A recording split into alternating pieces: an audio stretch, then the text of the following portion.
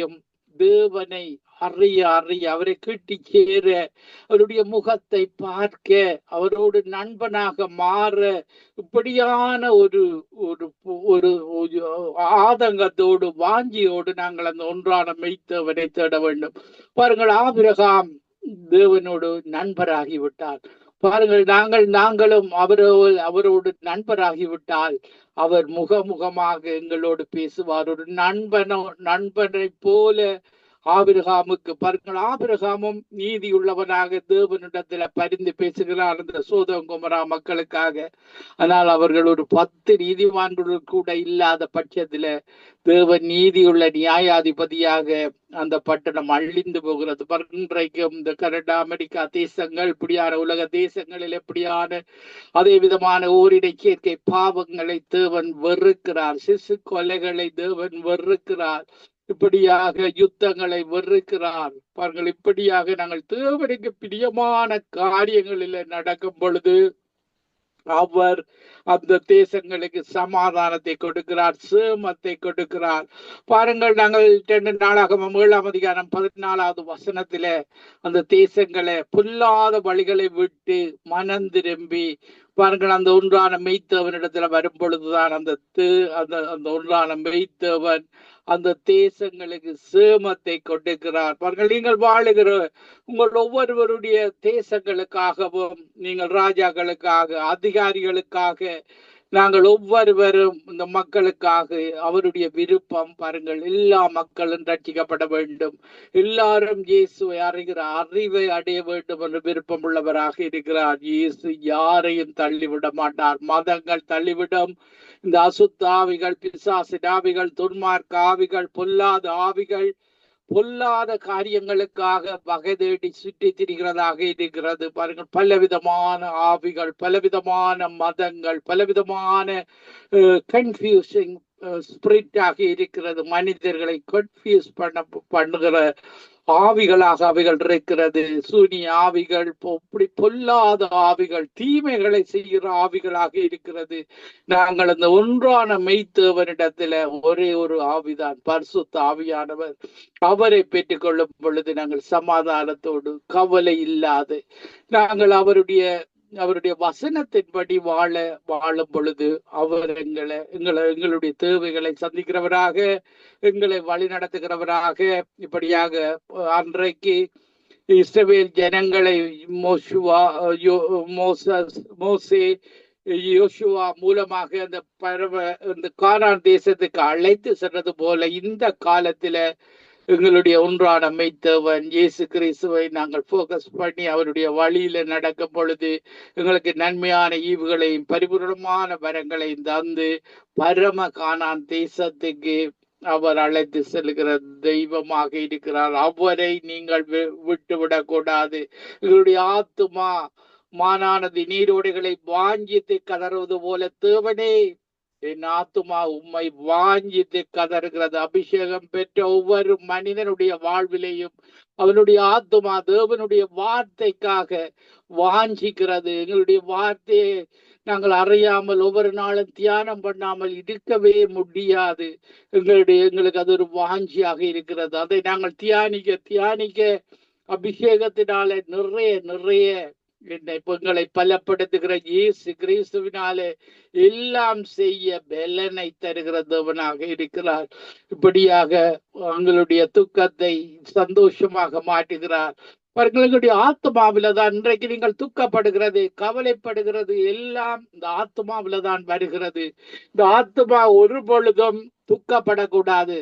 நீங்கள் மாம்ச சிந்தையில வாழும் பொழுது இந்த உலக பிரகாரமான காரியங்களில அவற்றுக்கு நீங்கள் ஓடும் பொழுது, அதிகமாக ஓடும் பொழுது உங்களுடைய ஆத்மா துக்கப்படுகிறது, கவலைப்படுகிறது.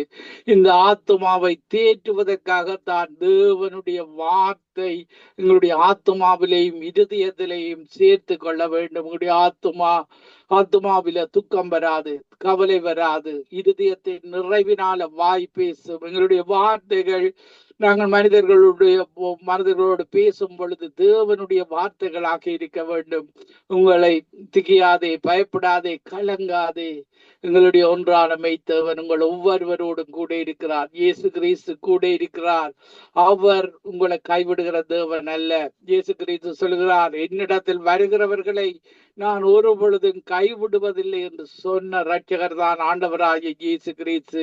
இந்த உலகத்தில் ரட்சிக்கப்படுவதற்கு கொடுக்கப்பட்ட ஒரே ஒரு நாமம் ஆண்டவராகிய இயேசு கிறிஸ்துவுடைய நாமம். பிசாசு தவறான வழிகளில, தவறான மதங்களுக்கூடாக தவறாக மனிதர்களை வழிநடத்தி இறுதியாக மதங்கள் எல்லாவற்றையும் நரகத்தில் இழுத்து செல்கிறவனாக பிசாசும் அவனுடைய தூதர்களும் செயற்படுவதை நாங்கள் பார்க்கக்கூடியதாக இருக்கிறது. பாருங்கள், வேதாகமம் தான் தேவனுடைய ஒன்றான மெய்த்தேவனுடைய புஸ்தகமாக இருக்கிறது.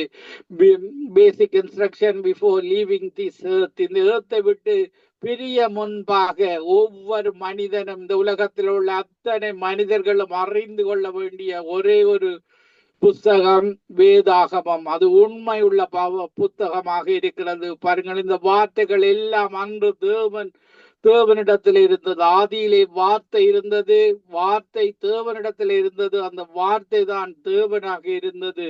அந்த வார்த்தை மாம்சமாக்கி இயேசுவாக இந்த உலகத்துல வந்து வார்த்தையின்படி வாழ்ந்து வார்த்தையின்படி மரித்து வார்த்தையின்படி மீண்டுமாக வர இருக்கிறார். பாருங்கள், அவர் வெளிச்சத்தை தந்தார் எங்களுக்கு. இருளில் உள்ள பாவ இருளில வாழ்ந்த எங்களை எல்லாரையும் ஒரு ஒளியின் பிள்ளைகளாக, அவருடைய ஒன்றான மெய்த்தேவனுடைய பிள்ளைகளாக எங்களை ஒவ்வொருவரையும் மாற்றியிருக்கிறார்.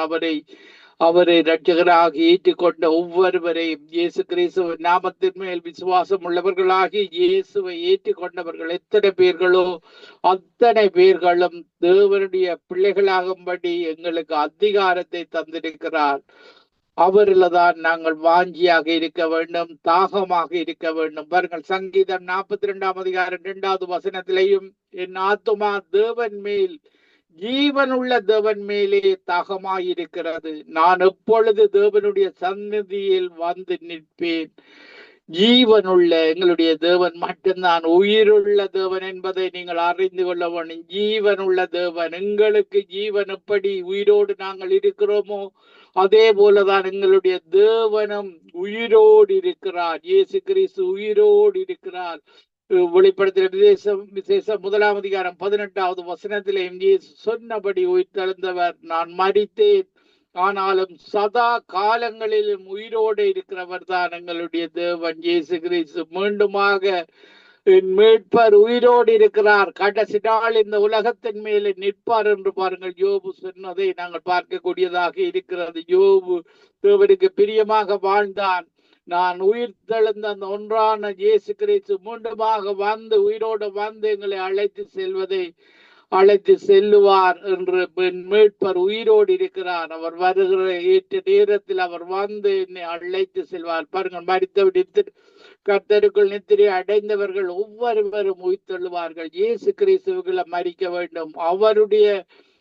அவரிடத்தில் எங்களுடைய ஆத்மாவை ஒப்பு கொடுக்க வேண்டும். எங்களுடைய சரீரம், மண்ணான சரீரம் மண்ணுக்கு போகிறது.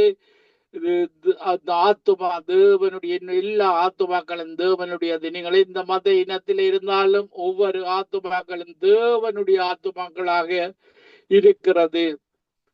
சங்கீதம் 26 அதிகாரம் 8வது வசனத்துல பார்க்கும் பொழுது, சங்கீதம் 26:8 கர்த்தாவே, உமது ஆலயமாகிய வாசஸ்தலத்தையும் உமது மகிமை தங்கிய ஸ்தானத்தையும் வாஞ்சிக்கிறேன். பாருங்கள், மகிமையான தேவனை துதிக்கும் பொழுது, அவரை உயர்த்தும் பொழுது அவருடைய மகிமை இறங்கி வருகிறது. நாங்கள் துதிக்க சத்துரு துதி எடுத்தால் சத்துரு ஓடுவான், துதி எடுத்தால் சத்துரு ஓடுவான், முறுமுறுத்தால் திரும்பி வரும். முறுமுறுக்க கூடாது. தேவன் எனக்கு அது செய்யவில்லை, இது செய்யவில்லை, அவர் செய்கிறவர், அதை நீங்கள் விசுவாசிக்க வேண்டும். விசுவாசித்து அவர் கர்த்தர் நல்லவர் என்பதை நீங்கள் ருசித்து பார்க்க வேண்டும். சங்கீதம் 34 8வது வசனத்திலே நீங்கள் வேதாகம் அந்த வசனங்களை அறிய அறிய எவ்வளவு தூரம் அவருடைய வசனத்தில தியானமாக வாஞ்சியாக இருக்கிறீர்களோ உங்களுடைய வாழ்வு ஒரு வெற்றியுள்ள வாழ்வாக, ஆசீர்வாதம் உள்ள வாழ்வாக தேவனுக்கு அவரில் மாத்திரம் வாஞ்சையுள்ள அந்த ஒன்றான மெய்த்தவர்ல இயேசு கிறிஸ்துவில வாஞ்சையுள்ள வாழ்வை நீங்கள் பெற்றுக்கொள்ள முடியும். பாருங்கள், இப்படியான தேவன் தான் எங்களுடைய தேவன், மகிமைக்குரிய தேவன். அவர் மகிமை உள்ள தேவனாக இருக்கிறார். பாருங்கள், மோசையோடு அவர் பேசும் பொழுது அவருடைய மகிமை முகத்தில் மோசையின் முகத்தில் அவருடைய மகிமை காணப்பட்டதை நாங்கள் பார்க்கக்கூடியதாக இருக்கிறது. அவரோடு ஜெபிக்கும் பொழுது, துதிக்கும் பொழுது எங்களுக்கு அந்த மகிமை எங்களிடத்துல வருகிறது. பாருங்கள், அவர் தன்னுடைய முகத்தை எங்கள் மேலே பிரகாசிக்க பண்ணி கிருபையாயிருக்கிறவர், எங்களை ஆசீர்வதித்து காத்து கொள்ளுகிறவர், எங்களுடைய முகத்தில பிரசன்னமாகி சமாதானத்தை கட்டளையிடுகிற தேவன். பாருங்கள், அவரை அறிய அறிய நீங்கள் நல்ல பெந்தகோஸ்து சபைகளுக்கு போறீர்களாக இருந்தால், அபிஷேகம் நிறைந்திருக்கிற பெந்தகோஸ்து சபைகளில பாருங்கள், முகங்களில பிரகாசம் இருக்கும், தேவனுடைய பிரசன்னம் இருக்கும். பாருங்கள், மனிதர்கள் சொல்லுவார்கள் அகத்தில் அழகு முகத்தில் தெரியும். ஆண்டவருடைய அழகு, அந்த உள்ளான மனுஷனுள்ள அழகு எங்களுடைய முகத்தில, எங்களுடைய பிரசன்னத்தில, பிரகாசத்தில, அவரோடு ஜபிக்கும் பொழுது, அவரோடு அதிக நேரம் ஸ்பெண்ட் பண்ணும் பொழுது பிரசன்னத்தை, பிரகாசத்தை நாங்கள் எங்களுடைய முகங்களில தருகிற தெய்வம் தான் எங்களுடைய ஒன்றான மெய்த்தேவன். பாருங்கள், இப்படியான தேவன் பிரசன்னம், பிரகாசத்தை தந்து கிருபையாக சமாதானத்தை தந்து எங்களை வழி நடத்துகிற தேவன் தான் எங்களுடைய தேவன். நாங்கள் பார்க்கும் பொழுது 1 நாளாகமம் 29 வசனத்திலேயும், இன்னும் என் தேவனுடைய ஆலயத்தின் மேல் நான் வைத்திருக்கிற வாஞ்சையினால் பரிசுத்த ஆலயத்திற்காக நான் சவந்தரித்த அனைத்தையும் தவிர எனக்கு சொந்தமான பொன்னையும் வெள்ளியையும் என் தேவனுடைய ஆலயத்துக்கென்று கொடுக்கிறேன். அவர்கள் தாவீது அவனுடைய கை ரத்தம் பட்டது நிமித்தம் பாருங்கள், அவனுடைய மகன் அந்த ஆலயத்தை கட்டுகிறான். பாருங்கள், தாவீது அத்தனை காரியங்களை சவதரித்து வைத்ததை நாங்கள் பார்க்கக்கூடியதாக இருக்கிறது. அவனுடைய தனக்கு சொந்தமாக வைத்திருந்த அந்த பொன் வெள்ளி எல்லாம், படங்களை எல்லாம் தேவனுக்காக அவன் கொடுத்ததை, அந்த வாஞ்சையின் நிமித்தம் தேவனுடைய ஆலயம் கட்டப்பட வேண்டும். இன்றைக்கும் நீங்கள் தேவனுடைய ஆலயம் ஒவ்வொரு தேசங்களிலும் கட்டப்பட வேண்டும் என்ற ஒரு வாஞ்சியோடு நீங்கள் வாழ வேண்டும். பாருங்கள், ஒரு ஆலயம் கட்டுவதற்கு அதிக பணம் இல்லாமலே கட்ட முடியும். பாருங்கள், ஏழையான இடங்களில அவர்கள் சிறு குழுக்களாக ஜெபிக்கிறதுக்கு ஒரு இடத்தை இலகுவாக கட்டிக்கொள்ளலாம். பாருங்கள், இப்படியாக அவருடைய ஆலயங்களில நீங்கள் வாஞ்சியாக இருக்க வேண்டும். சிறிய ஒரு இடமாக ஆரம்ப ஊழியங்களுக்காக கட்டி கொடுக்கலாம். தேவன் உயர வேண்டும், இயேசுடைய நாமம் உயர வேண்டும், நாங்கள் சிறுக வேண்டும். பாருங்கள், தாவீது சொல்லுகிறான் 2 சாமுவேல் 23 5வது வசனத்துல, 2 சாமுவேல் 23 5வது வசனத்திலையும், என்னுடைய வீடு தேவனிடத்தில் இப்படி இராதோ, சகலமும் திட்டம் பண்ணப்பட்டிருக்கிற நிச்சயமான நித்திய உடன்படிக்கையை என்னுடன் அவர் செய்திருக்கிறார். ஆதலால் என்னுடைய எல்லா ரட்சிப்பும் என்னுடைய எல்லா வாஞ்சையும் வளர்ந்தோங்க செய்யாரோ. அபிஷேகம் பண்ணப்பட்ட ஒவ்வொருவரிடத்திலையும் உடன்படிக்கை செய்திருக்கிறார். எங்களை ஒரு நோக்கத்திற்காக, இந்த கடைசி கால ஊழியத்துக்காக எங்கள் ஒவ்வொருவரையும் அழைத்திருக்கிறார். அவருடைய கடைசி காலத்தில் இந்த ஊழியத்தை, இந்த சுவிசேஷம் பூமியில் உள்ள சகல ஜாதிகளுக்கும் பிரசங்கிக்கப்பட வேண்டும். அப்பொழுது முடிவு வரும். அவர் எங்களை பரம கானான் தேசத்துக்கு அழைத்து செல்ல எங்கள் மேலே அவர் வாஞ்சியாக இருக்கிற தெய்வம் தான் எங்களுடைய தேவன். சங்கீதம் 63 1வது வசனத்திலேயும், தேவனே நீர் என்னுடைய தேவன், அதிகாலமே உம்மை தேடுகிறேன், வறண்டதும் விடாய்த்ததும் தண்ணீரற்றதுமான நிலத்திலே என் ஆத்துமா உன்மேல் தாகமாயிருக்கிறது, என் மாம்சமானது உம்மை வாஞ்சிக்கிறது. பாருங்கள், மாம்சம் தேவனை வாஞ்சிக்க வேண்டும், ஆத்துமா தேவனை வாஞ்சிக்க வேண்டும், ஆவி தேவனுடைய ஆவியோடு இணைந்து செயற்பட வேண்டும். அவருடைய பரிசுத்த ஆவியோடு எங்களுடைய ஆவி இணையும் பொழுது அது ஒரு பரலோக பேரின்பத்தை, சந்தோஷத்தை தருகிறது. அத்தோடு ஆத்துமாவும் ஆவியோடு இணைகிறது. சரீரம் தனியாக செயற்படுவதில்லை. பாருங்கள், அந்த ஆத்துமாவும் சரீரமும் இணைந்து செயற்பட்டால் இந்த உலக காரியங்களில ஆத்மாவை இழுத்து கொள்ளும். ஆத்மாவை இழுக்க இழுக்க ஆத்மாவில துக்கம் வரும். உலக பிரகாரமான காரியங்களில அதிக அளவு நேரத்தை, காலத்தை பிரயோகிக்கும் பொழுது பாருங்கள், ஆத்மாவும் சரீரமும் இணைந்து செயற்படும். அது உலகத்துக்கு இழுத்து செல்கிறது. உலக காரியங்களில, சரீர பிரகாரமான காரியங்களில, கை வேலைகளிலான காரியங்களில, மதங்களிலான காரியங்களில, மதங்கள் சிலைகளை உருவாக்குற காரியங்கள் எல்லாம் அந்த ஆத்மாவும் சரீரமும் இணைந்து பிசாசு அதன் பின்புறத்தில் இணைந்து நரகத்துக்கு இழுத்து செல்கிறவனாக இருக்கிறான். சங்கீதம் 84 அதிகாரம் 2வது வசனத்திலே பார்க்கும் பொழுது, என் ஆத்துமா கர்த்தருடைய ஆலய பிரகாரங்களின் மேல் வாஞ்சையும் தவளமுமாயிருக்கிறது, என் இருதயமும் என் மாம்சமும் ஜீவனுள்ள தேவனை நோக்கி கம்பீர சத்தமிடுகிறது. பாருங்கள், எங்களுடைய ஆத்துமா கர்த்தருடைய காரியங்களில, ஆலய பிரகாரமான காரியங்களில் இந்த கடைசி காலங்களில் இன்னும் அதிகமாக நாங்கள் வாஞ்சியாக இருக்க வேண்டும் என்று தேவன் விரும்புகிறார். தாவீது சொல்லுகிறார், என் இருதயமும் என் மாம்சமும் ஜீவனுள்ள தேவனை நோக்கி கம்பீர சத்தமிடுகிறது. மாம்சமும் பாருங்கள், மாம்சத்துலதான் கண்களின் இச்சை வருகிறது, மாம்சத்தின் பெருமை வருகிறது, ஜீவனத்தின் பெருமை, இப்படியாக கண்களின் நிச்சயம், மாம்சத்தின் நிச்சயம் எல்லாம் இந்த சரீர பிரகாரமா வருகிறது. இந்த சரீரம் கூட தேவனுடைய வார்த்தையில, தேவனுடைய ஆலய பிரகாரங்களில நாங்கள் வாஞ்சியாக இருக்க வேண்டும் என்று தேவன் விரும்புகிறார். இப்படியாக தாவீது சொல்லுவதை நாங்கள் பார்க்கக்கூடியதாக இருக்கிறது. அவருடைய கட்டளைகளிலே, அவருடைய வசனத்தில நாங்கள் எப்பொழுதும் வாஞ்சியாக இருக்க வேண்டும். இதோ சங்கீதம் 119 அதிகாரம் 40வது வசனத்திலே, இதோ உம்முடைய கட்டளைகளின் மேல் வாஞ்சியாய் இருக்கிறேன், உமது நீதியால் என்னை உயிர்ப்பியும். பாருங்கள், அவரிடத்துல நாங்கள் வாஞ்சியா இருக்கும் பொழுது நாங்கள் ஒரு இச்சை இல்லாத காரியங்களை தேவனிடத்துல கேட்கும் பொழுது இச்சையாக கேட்க கூடாது. இச்சையாக எனக்கு பெரிய பெரிய காரை தாரும், பெரிய வீடுகளை தாரும், இச்சைப்பட்டு நாங்கள் கேட்க கூடாது. எங்களுடைய ஆத்துமா விரும்புகிறதை தேவன் தருகிறவராக இருக்கிறார்.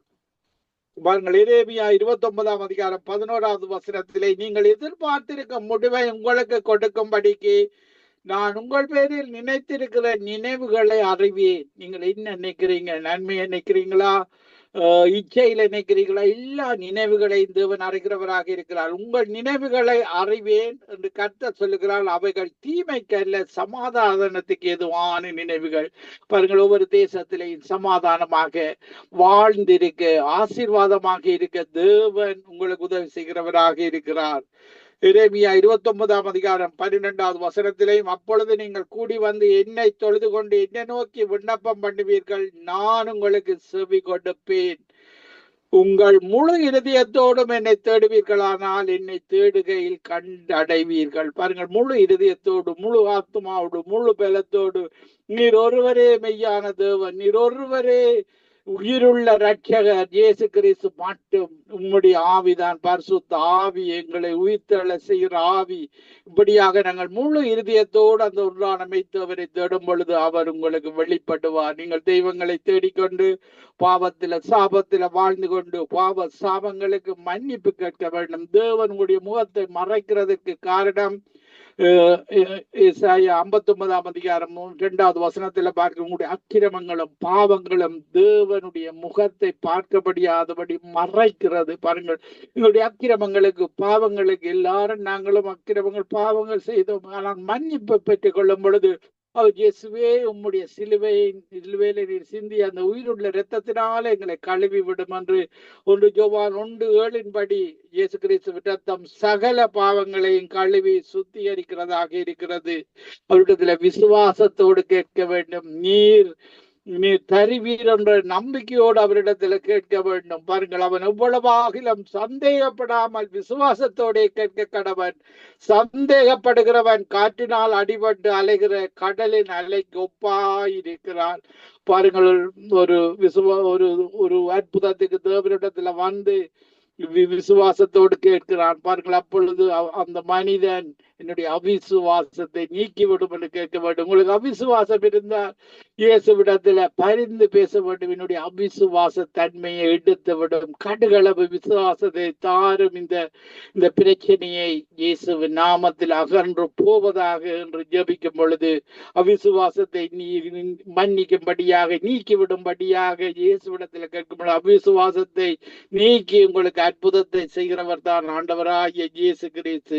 பாருங்கள், 2 பேர் இந்த உலகத்துல ஒரு மனப்பட்டு கேட்கும் பொழுது, பாருங்கள், கணவன் மனைவி அல்லது சபையில் 2 பேர் நீங்கள் ஒரு மனப்பட்டால் உங்களுக்கு எஸ் தான் இயேசு தருகிற பதிலாக இருக்கிறது. பாருங்கள், மத்தேயு 18ஆம் அதிகாரம் 19வது வசனத்திலேயும் அல்லாமலும் உங்களுக்கு 2 பேர் தாங்கள் வேண்டிக் கொள்ள போகிற எந்த காரியத்தை குறித்தாகிலும் பூமியிலே ஒரு மனப்பட்டிருந்தார் பரலோகத்தில் இருக்கிற என் பிதாவினால் அது அவர்களுக்கு உண்டாகும் என்று சொல்லுகிறேன்.